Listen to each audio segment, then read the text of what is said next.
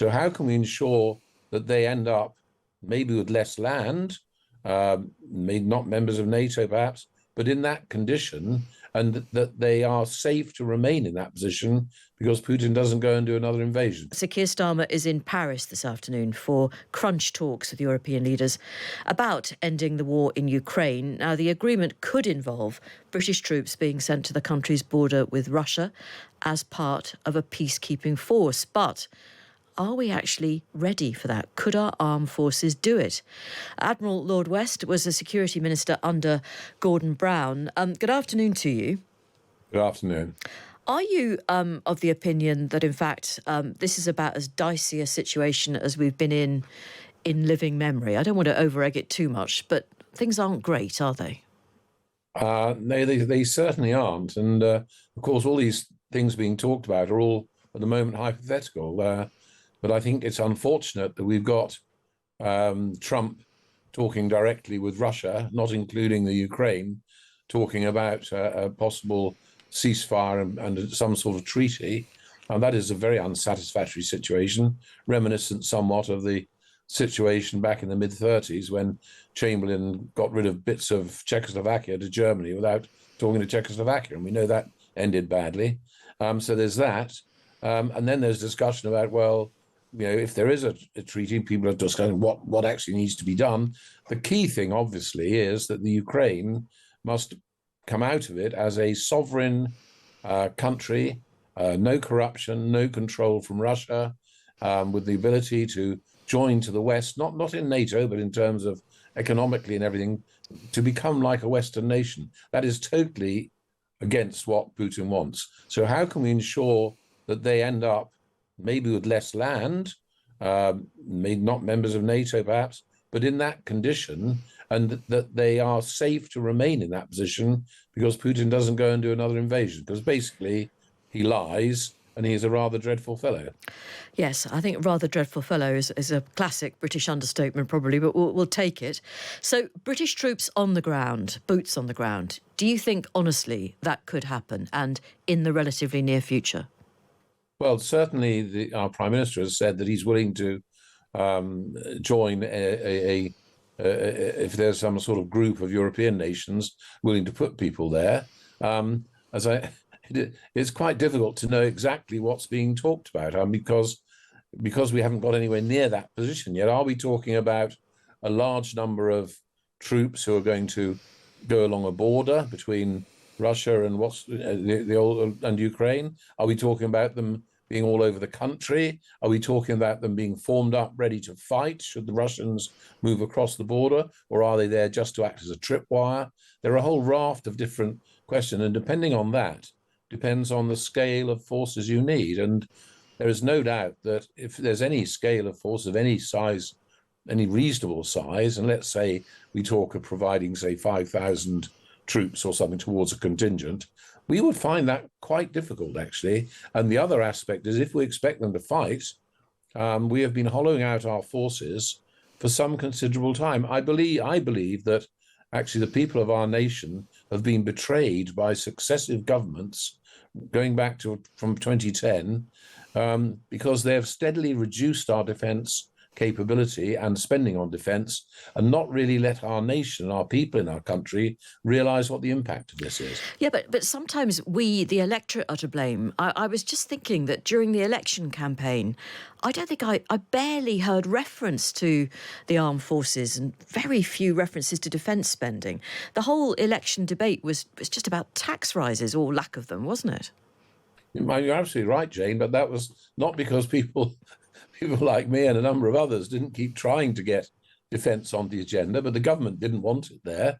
And certainly the previous 14 years of the Conservatives, they didn't want it there. I mean, even their defence minister said that our forces were hollowed out. That was while they were in power, he was saying that. And it is extremely unfortunate. And you're quite right, the public generally don't pay much attention to defence. They like to see a smart soldier. They love looking at a good ship. But they don't really think about the implications, and they certainly don't want to pay for it. They'd rather have money for, understandably, education, National Health Service, and the social services. But those things, the social services, the National Health Service, education, if we go into a war, especially if we lose it, they count as absolutely nothing. They're absolutely nothing. And that's why every government says the defense and security of our nation and people is its highest priority.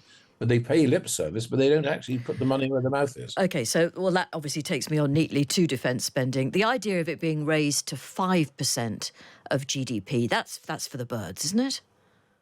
Well, I think looking at our financial position at the moment, that would be extremely difficult. If you remember right back, looking at the Cold War time, it averaged about 5%.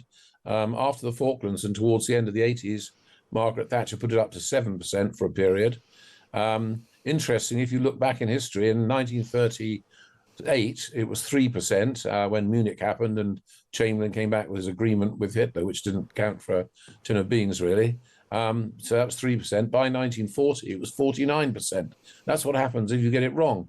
So going back to your question of 5, I don't think 5 is feasible. I've been saying for some time that it should be 3%.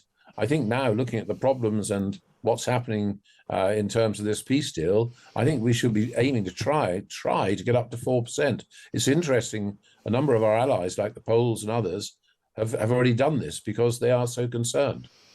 So what would you spend that additional funding on?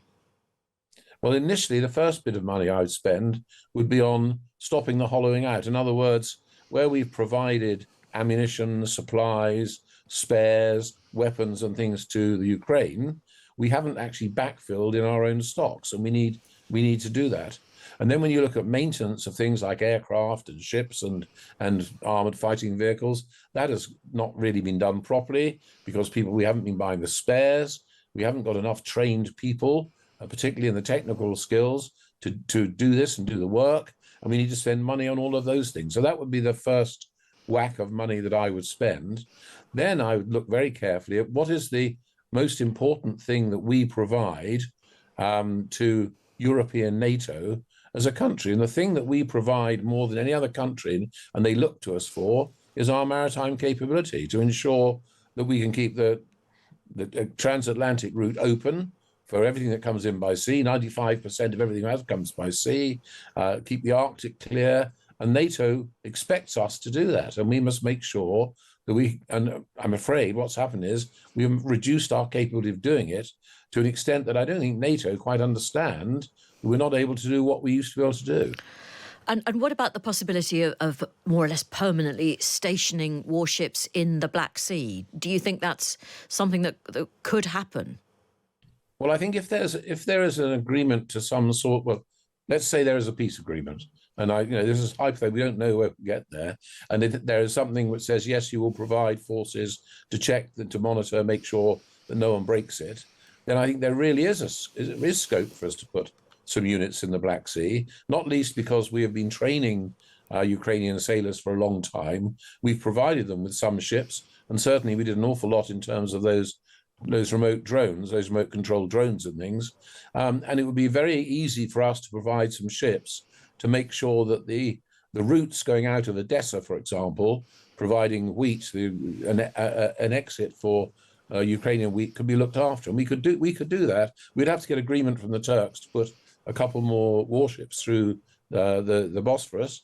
But I'm sure if there was a peace agreement, they would agree to that. And I think there would be scope for something like that. But again, we've got very few ships. And it means then you're not doing things like looking after what's happening in the South Red Sea, in the Persian Gulf, trouble at times in the Caribbean with drugs, things like that. We are very, very, very stretched. Yeah. If you were whispering in Sir Keir Starmer's ear this afternoon at this conference of European leaders in Paris, what would you be saying to him? Well, I think the first thing I'd be saying to him is that it is important that we speak from a position of strength. And a position of strength, I'm afraid, means that you're paying for defence. Our prime ministers over many decades could walk on the world stage and were listened to, and they were listened to not because of our soft power, which is actually pretty good, not because we're British. They were listened to because we actually had a military that was really, really capable still, as was shown down in the Falklands in 1982. And because we had a military that was capable, people listened to us. When you lose that, you become just another cipher, really. and you don't have the same sort of clout. And I think he's got to realise this in terms of investing in our military.